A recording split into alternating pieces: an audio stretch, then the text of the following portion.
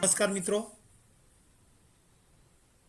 Last video લેક્ચરની અંદર benzoic acid અને તેના ઓર્થો મેટા અને પેરા સમઘટકોની સાપેક્ષ એસિડિકતાની ચર્ચા કર્યા બાદ આજના લેક્ચરની અંદર આપણે ફિનોલ અને તેના ઓર્થો મેટા તેમજ પેરા સમઘટકોની સાપેક્ષ એસિડિકતાની વાત કરીશું.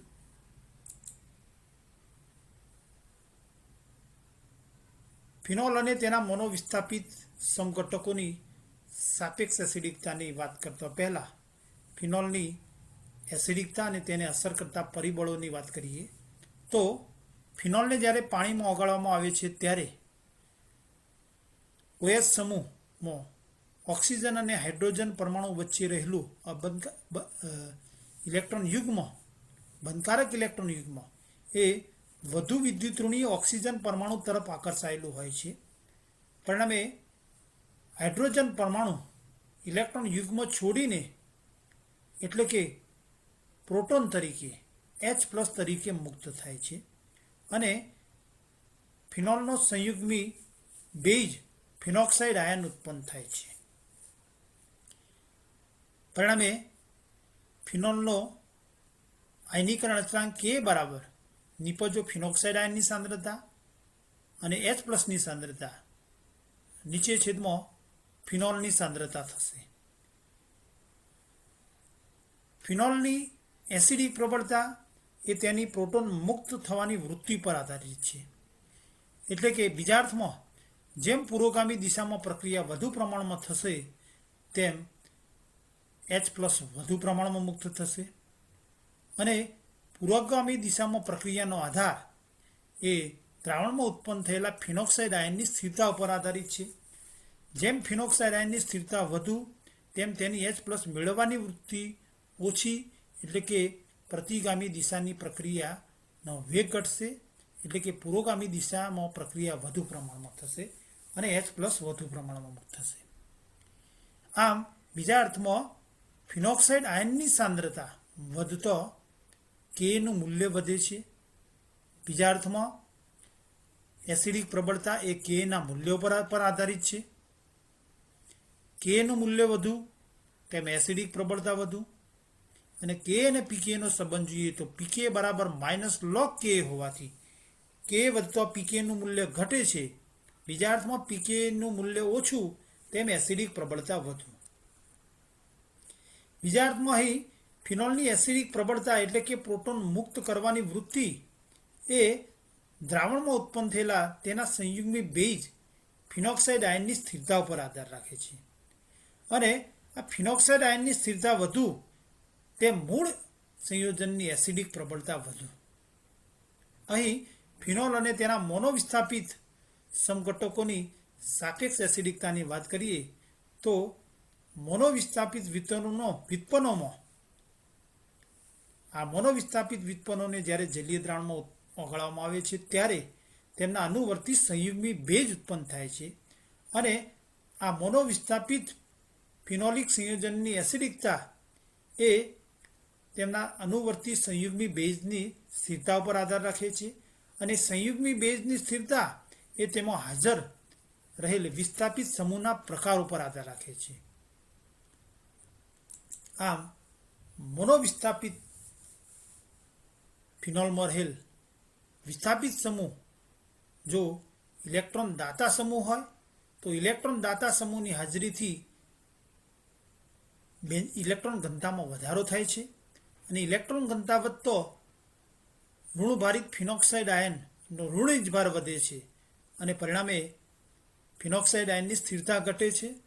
સ્થિરતા ઘટતો મૂળ ફિનોલિક સંયોજનની એસિડિક પ્રબળતા ઘટે છે, એટલે કે એસિડિકતા ઘટે છે. એટલે કે Kનું મૂલ્ય ઘટે છે અને pKનું મૂલ્ય વધે છે. જ્યારે વિસ્થાપિત સમૂહ ઇલેક્ટ્રોન આકર્ષક સમૂહ હોય તો આવા ઇલેક્ટ્રોન આકર્ષક સમૂહની હાજરીથી ઇલેક્ટ્રોન ઘનતા ઘટે છે. પરિણામે ફિનોક્સાઇડ આયનમાં ઋણભાર ઘટતો ફિનોક્સાઇડ આયનની સ્થિરતામાં વધારો થાય છે અને પરિણામે મૂળ ફિનોલિક સંયોજનની એસિડિક પ્રબળતા વધે છે. બીજા અર્થમાં K વધે છે અને pK ઘટે છે. આમ વિસ્થાપિત સમૂહની હાજરીની ફિનોલની એસિડિક પ્રબળતા ઉપર અસર જોવા મળે છે. કેસ 1, વિસ્થાપિત સમૂહ તરીકે જ્યારે -m અને -i અસર દર્શાવતા સમૂહની હાજરી હોય ત્યારે તેમની અને ફિનોલની સાપેક્ષ એસિડિકતાનો ક્રમ જોઈએ. તો દાખલા તરીકે NO2 સમૂહ એ -m અને -i અસર દર્શાવતો સમૂહ છે.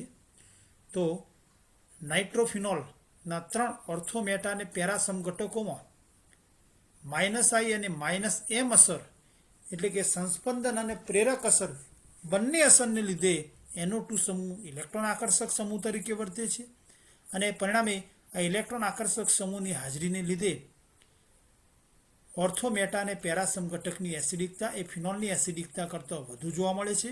બીજા અર્થમાં ફિનોલ સૌથી ઓછો એસિડિક થશે. ઓર્થો, મેટા અને પેરા સમઘટકોની સાપેક્ષ એસિડિકતાની વાત કરીએ તો મેટા સ્થાનમાં સંસ્પંદન જોવા મળતું નથી. મેટા સ્થાનમાં ફક્ત પ્રેરક અસર જ જોવા મળે છે. જ્યારે ઓર્થો અને પેરા સમઘટકોમાં સંસ્પંદન અને પ્રેરક અસર બંને અસરો જોવા મળે છે. મેટા સમઘટક ફક્ત -i પ્રેરક અસરને લીધે ઇલેક્ટ્રોન આકર્ષક સમૂહ તરીકે વર્તે છે. જ્યારે ઓર્થો અને પેરા સ્થાનમાં રહેલ NO2 સમૂહ સંસ્પંદન અને પ્રેરક અસર એમ બંને અસરોને લીધે ઇલેક્ટ્રોન આકર્ષક સમૂહ તરીકે વર્તે છે. બીજા અર્થમાં મેટા સ્થાનમાં રહેલા NO2 સમૂહની ઇલેક્ટ્રોન આકર્ષક અસર એ ઓર્થો અને પેરા સ્થાનમાં રહેલા પેરા સ્થાન કરતાં ઓછી હોવાથી મેટા વિસ્થાપિત સમઘટક એ ઓર્થો અને પેરા કરતાં ઓછો એસિડિક હશે. ઓર્થો અને પેરાની સાપેક્ષ એસિડિકતાની વાત કરીએ તો બંનેમાં સંસ્પંદન અસર સરખા પ્રમાણમાં જોવા મળે છે, પરંતુ પ્રેરક અસરનો પ્રભાવ ઓર્થોથી પેરા તરફ જઈએ એમ ક્રમશઃ ઘટે છે. બીજા અર્થમાં ઓર્થો સ્થાનની અંદર પ્રેરક અસરનો પ્રભાવ પેરા કરતાં વધુ હશે. પરિણામે ઓર્થોની અંદર -i અસર વધુ પ્રમાણમાં જોવા મળે છે. બીજા અર્થમાં પેરા કરતો ઓર્થો સ્થાનમાં NO2 સમૂહ વધુ પ્રબળ ઇલેક્ટ્રોન આકર્ષક સમૂહ તરીકે વર્તે છે.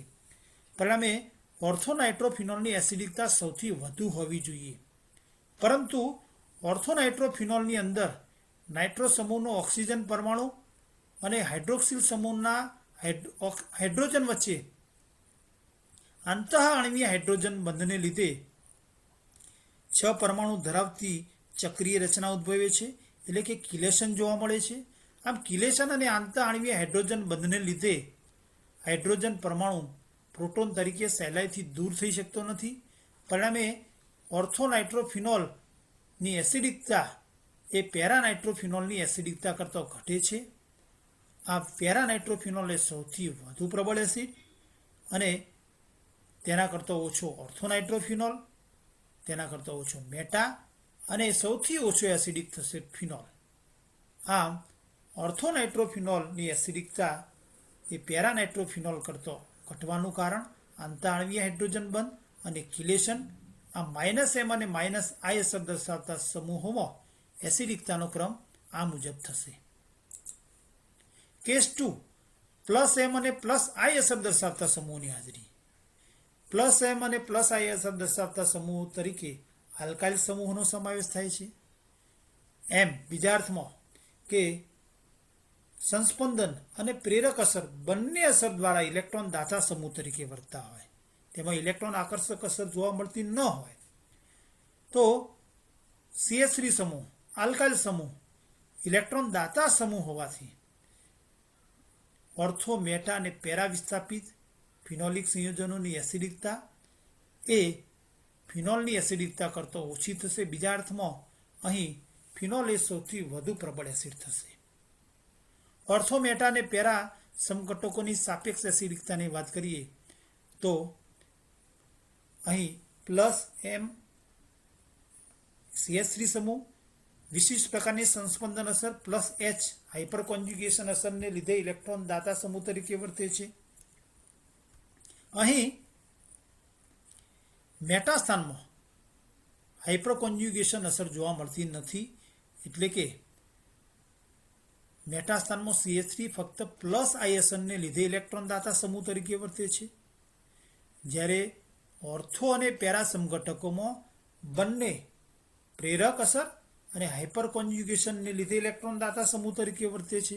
બીજા અર્થમાં ઓર્થો અને પેરા સ્થાનમાં રહેલ CH3 સમૂહની હાજરીને લીધે ઇલેક્ટ્રોન દાતા અસર વધુ જોવા મળે છે અને પરિણામે મેટા કરતો ઓર્થો અને પેરાની એસિડિકતા વધુ ઇલેક્ટ્રોન દાતા અસરને લીધે ઘટે છે.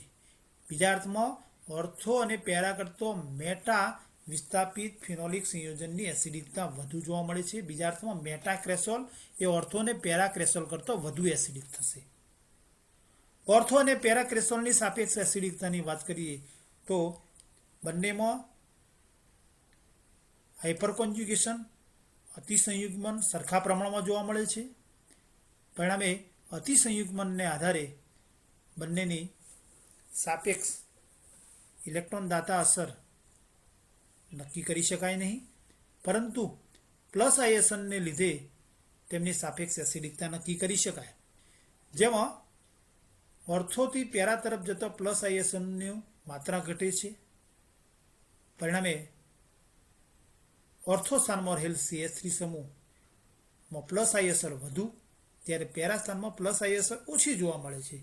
આમ ઓર્થો સ્થાનમાં રહેલ CH3 સમૂહ એ પ્રબળ ઇલેક્ટ્રોન દાતા તરીકે વર્તે છે. પરિણામે પેરા કરતો ઓર્થોની એસિડિકતા ઓછી જોવા મળે છે. પરિણામે પ્લસ એમ અને પ્લસ આઈ અસર દર્શાવતા આલ્કાઇલ સમૂહોની હાજરીમાં તેના ઓર્થો, મેટા અને પેરા તેમજ ફિનોલની સાપેક્ષ એસિડિકતાનો ક્રમ આ પ્રમાણે થશે.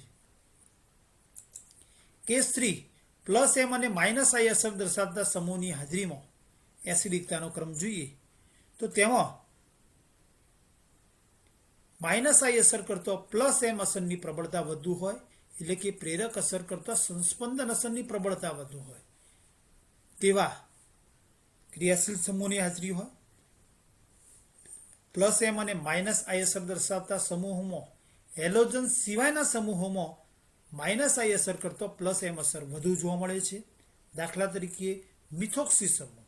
તો મિથોક્સી સમૂહ એ પ્લસ એમ અસરને લીધે ઇલેક્ટ્રોન દાતા તરીકે વર્તે છે.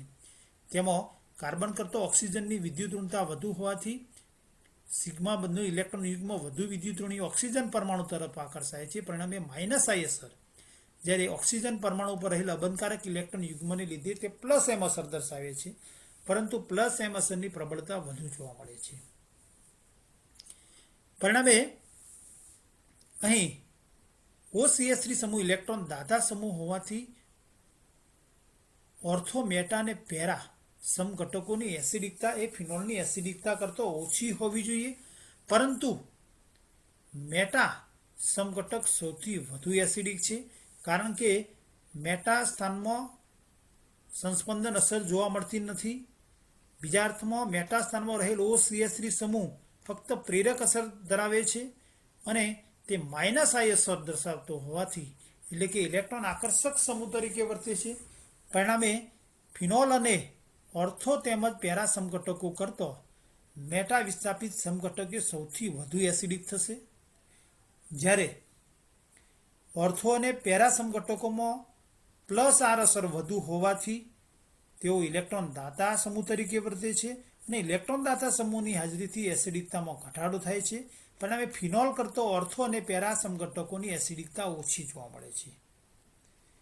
ઓર્થો અને પેરાની સાપેક્ષ એસિડિકતાની વાત કરીએ તો બંનેમાં સંસ્પંદન અસર સરખા પ્રમાણમાં જોવા મળે છે, પરંતુ પ્રેરક અસર ઓર્થોથી પેરા તરફ જઈએ એમ અંતર વધવા સાથે ઘટે છે. બીજા અર્થમાં ઓર્થો સ્થાનમાં રહેલ OCH3 સમૂહમાં પ્રેરક અસર માઇનસ આઈ અસર વધુ પ્રમાણમાં જોવા મળે છે. બીજા અર્થમાં અહીં ઓર્થો સ્થાનમાં રહેલો OCH3 સમૂહ એ ઓછો ઇલેક્ટ્રોન દાતા, જ્યારે પેરા સ્થાનમાં રહેલ OCH3 સમૂહ એ પ્રબળ ઇલેક્ટ્રોન દાતા તરીકે વર્તે છે. પરિણામે વધુ ઇલેક્ટ્રોન દાતા સમૂહ તરીકે વર્તા પેરા સમઘટકની એસિડિકતા એ ઓર્થો સમઘટકની એસિડિકતા કરતાં ઓછી જોવા મળે છે. પરિણામે પ્લસ એમ અને માઇનસ આઈ અસર દર્શાવતા અને જેમાં માઇનસ આઈ અસર કરતાં પ્લસ એમ અસર વધુ હોય તેવા ફિનોલિક સંયોજનોમાં એસિડિકતાનો ક્રમ આ મુજબ થશે. પ્લસ એમ અને માઇનસ આઈ અસર દર્શાવતા હોય, પરંતુ જેમાં પ્લસ એમ અસર કરતો માઇનસ આઈ અસર એટલે કે પ્રેરક અસરની પ્રબળતા વધુ હોય તેવા હેલોજન વિસ્થાપિત ફિનોલિક સંયોજનોની સાપેક્ષ એસિડિકતાની વાત કરીએ તો હેલોજન ફ્લોરિન, ક્લોરિન, બ્રોમિન અને આયોડિન, તો ફ્લોરિન સિવાયના હેલોજન વિસ્થાપિત ફિનોલિક સંયોજનોની એસિડિકતા ફક્ત માઇનસ આઈ અસરને આધારે નક્કી કરી શકાય. માઇનસ આઈ અસરને લીધે તે ઇલેક્ટ્રોન આકર્ષક સમૂહ તરીકે વર્તે છે અને ઇલેક્ટ્રોન આકર્ષક સમૂહની હાજરીથી એસિડિક પ્રબળતામાં વધારો થાય છે. પરિણામે ફિનોલ કરતો હેલોજન વિસ્થાપિત ઓર્થો, મેટા અને પેરા સમઘટકોની એસિડિક પ્રબળતા વધુ થશે અને તેમાં ફક્ત માઇનસ આઈ અસરનું પ્રમાણ વધુ હોવાથી, એટલે કે માઇનસ આઈ અસર એ ડોમિનન્ટ અસર છે. પરિણામે ઓર્થોથી પેરા તરફ જઈએ એમ માઇનસ આઈ પ્રેરક અસરનો પ્રભાવ ઘટે છે અને બીજા અર્થમાં ઇલેક્ટ્રોન આકર્ષક અસર ઘટે છે. પરિણામે ક્રમશઃ એસિડિકતામાં ઘટાડો થાય છે. પરિણામે ઓર્થો સમઘટક સૌથી વધુ એસિડિક, એના કરતાં ઓછો એસિડિક મેટા વિસ્થાપિત અને એના કરતાં ઓછો પેરા વિસ્થાપિત, જ્યારે ફિનોલ સૌથી ઓછો એસિડિક થશે. આમ ફ્લોરો સિવાયના હેલોજન વિસ્થાપિત ફિનોલિક સંયોજનોની સાપેક્ષ એસિડિકતાનો ક્રમ ઉપર દર્શાવ્યા પ્રમાણે જોવા મળે છે. જો હેલોજન તરીકે ફ્લોરિન પરમાણુ હાજર હોય તો ફ્લોરો સમૂહની હાજરીમાં અહીં હેલોજન સમૂહ તો માઇનસ આઈ અસર છે. માઇનસ આઈ અસર હોવાથી ફિનોલ કરતો ઓર્થો, મેટા અને પેરા સમઘટકોની એસિડિકતા ઇલેક્ટ્રોન આકર્ષક અસરને લીધે વધુ જોવા મળે છે. પરંતુ માઇનસ આઈ અસર ઓર્થોથી પેરા તરફ જઈએ એમ ક્રમશઃ ઘટે છે. પરિણામે ઉપર દર્શાવ્યા અનુસાર ઓર્થો કરતો મેટા અને મેટા કરતો પેરાની એસિડિકતા ઓછી હોવી જોઈએ. બીજા અર્થમાં ઓર્થો વ્યુત્પન્ન એ વધુ એસિડિક હોવો જોઈએ, પરંતુ ફ્લોરો વિસ્થાપિત ઓર્થો સમઘટકમાં ફ્લોરિન પરમાણુ અને OH સમૂહના હાઇડ્રોજન વચ્ચે આંતઃઆણવીય હાઇડ્રોજન બંધન જોવા મળે છે અને આંતઃઆણવીય હાઇડ્રોજન બંધને લીધે 5 પરમાણુવાળું ચક્રીય રચના બને છે. આમ આંતઃઆણવીય હાઇડ્રોજન બંધને લીધે હાઇડ્રોજન પરમાણુ સહેલાઈથી પ્રોટોન તરીકે મુક્ત થતો નથી. પરિણામે ઓર્થો વિસ્થાપિત સમઘટક એ સૌથી વધુ એસિડિક હોવું જોઈએ, પરંતુ આંતઃઆણવીય હાઇડ્રોજન બંધને લીધે તેની એસિડિક પ્રબળતા એ મેટા અને પેરા સમઘટકની એસિડિકતા કરતાં ઘટે છે. પરિણામે ફ્લોરો વિસ્થાપિત ફિનોલિક સંયોજનોમાં એસિડિકતાનો ક્રમ અહીં દર્શાવ્યા પ્રમાણે જોવા મળે છે. Thank you for watching.